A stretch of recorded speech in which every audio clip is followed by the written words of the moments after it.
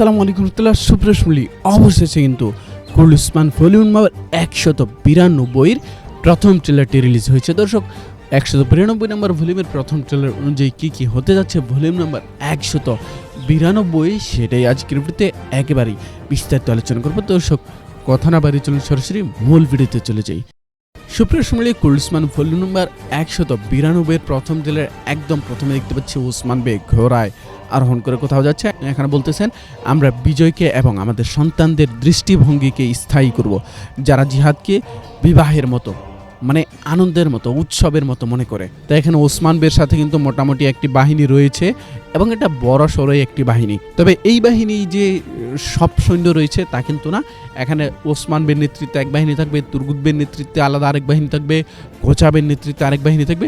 মানে কুলুস ওসমানে কিন্তু আগে যেমন একটি বাহিনী থাকতো এবং সেটা শুধুমাত্র ওসমান বের নেতৃত্বে, সেটা এখন পরিবর্তন হয়েছে। এখন প্রত্যেক আলাদা আলাদা বের নেতৃত্বে আলাদা আলাদা বাহিনী থাকছে, যা কিনা দেখতে সত্যি মনোমুগ্ধকর লাগছে। দর্শক, ট্রেলারের পর দেখতে পাচ্ছি ফাতেমা খাতুন এবং হালিমা, তারা দুজন বালা খাতুনের কোলের উপর মাথা রেখে হাসছে এবং এই দৃশ্যটা অবশ্যই ভালো একটি দৃশ্য হবে। কেননা পূর্বে হালিমা এবং ফাতেমার মধ্যে আমরা যে ঝগড়াটা দেখেছিলাম সেই ঝগড়া কিন্তু গত 191-তে মিটমাট হয়ে গেছে অনেকটা। দর্শক, ট্রেলারের পর দেখছিলাম ওই যে যেমনটা বলেছিলাম কোচাবে তুর্গুতবের নেতৃত্বে আলাদা আলাদা বাহিনী থাকবে, সেটাই কিন্তু দেখতে পাচ্ছি এখানে কোচাবের নেতৃত্বে আলাদা বাহিনী রয়েছে। তো ওসমান বে বনের মধ্যে তার সৈন্যদেরকে কিছু দিক নির্দেশনা দিতেছেন। তো আবারও কিন্তু এদিকে ময়দানে ফিরে এসেছেন বালা খাতুন, যদিও গত 191 নম্বর একদম বসতিতে বন্দী করে রাখা হয়েছিল, তিনি কিন্তু আবারও ময়দানে ফিরেছেন। তার ফাইট, তার লড়াই যারা মিস করতেছিলেন তাদের জন্য এটা অবশ্যই সুখবর। তবে যত যাই বলেন, বালা খাতুনকে কিন্তু পূর্বের মতো আর ওই রকম ভাবে ময়দানে ফোকাস করা হবে না।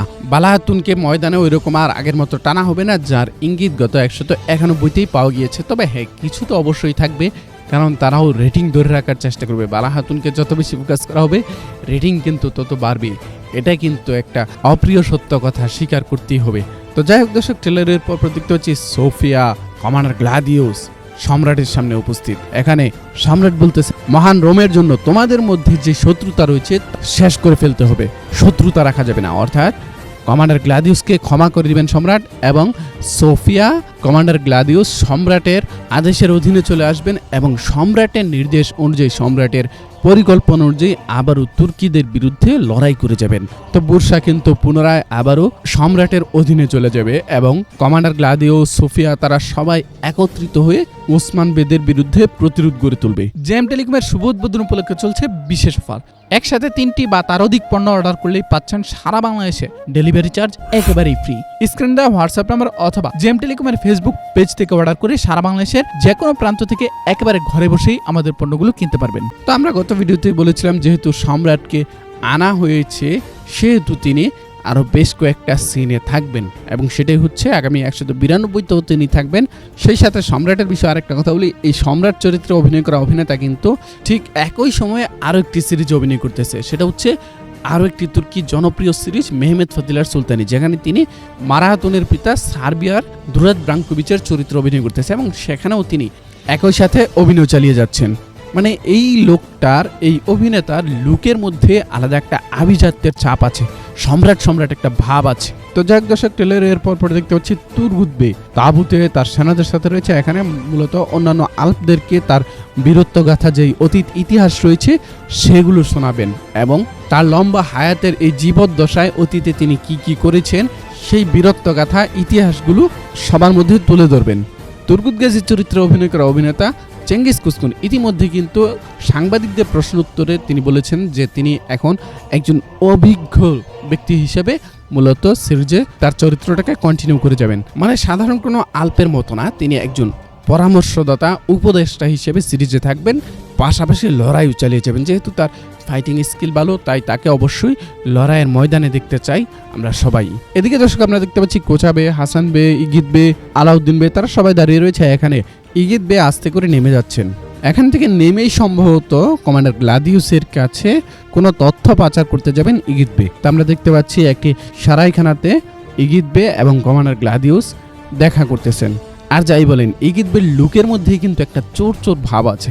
দর্শক ট্রেলারের পর দেখতে পাচ্ছি সিংহ শিকারী সোলকোরাকা আবারও ব্যাক করতেছেন এবং তার হাতের অস্ত্রটা আমি কোচাবের হাতে দেখার জন্য অধীর আগ্রহে বসে আছি। তিনি কিন্তু পূর্ব সিজন 3-তে সিজন 4-এ কুরলুসমানে অভিনয় করেছিলেন, তিনি আবারও কুরলুসমান সিজন 6-এ ব্যাক করতেছেন। তার বডি ফিটনেস ভালোই লাগে, কিন্তু ফাইটের দিক দিয়ে তিনি অনেকটা স্লো, যেটা কিনা আমার কাছে ব্যক্তিগতভাবে ভালো লাগে না।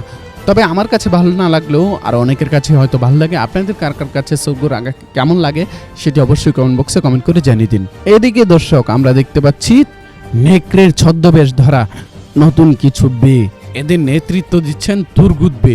হয়তোবা তুর্গুত বের স্পেশাল কোনো ফোর্স হতে পারে তারা। দর্শক ট্রেলারের পর দেখতে পাচ্ছি ফাতেমা খাতুন, হালিমা তারা ফাইট করতেছে বাইজেন্টাইনদের সাথে। তো এই ফাইটটা হচ্ছে ওই যে বালা খাতুন যে প্রথম দিকে ফাইট করেছিল সেই ফাইটটারই একটা অংশ।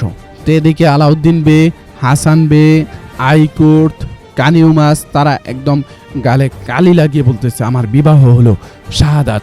হ্যাঁ, এই কথা বামসিবেও বলেছিল যে আমার তরবারি হলো আমার স্ত্রী, ঘোড়া হলো আমার সন্তান, এগুলো বলেছিল, কিন্তু পরবর্তীতে ফেসে গেছে। তো হাসান বেকেও হয়তো বা আমরা পরবর্তীতে দেখতে পাবো যে কোনো একটা সম্পর্কে তিনিও জড়িয়ে গিয়েছেন। তো ট্রেলার একদম শেষের দিকে দেখতে পাচ্ছি বাইজেন্টাইন কমান্ডার গ্লাদিউসের নেতৃত্বে বিশাল একটি বাইজেন্টাইন সৈন্যবাহিনী, আর এই সৈন্যবাহিনী একটি বড় লড়াইয়ের জন্য প্রস্তুত হচ্ছে। এদিকে ওসমান বেও কিন্তু বিশাল একটি সেনাবাহিনীর নেতৃত্ব দিচ্ছেন। এই সকল কিছু হচ্ছে নতুন একটি যুদ্ধের প্রস্তুতি। আমরা যতটুকু জানতে পেরেছি নতুন একটি যুদ্ধ হতে পারে খুব বড় আকারে, যেটা কিনা এখন পর্যন্ত সিজন 6-এ ঘটেনি, অর্থাৎ সিজন 6-এর সবচেয়ে বড় যুদ্ধটি সামনে আসন্ন।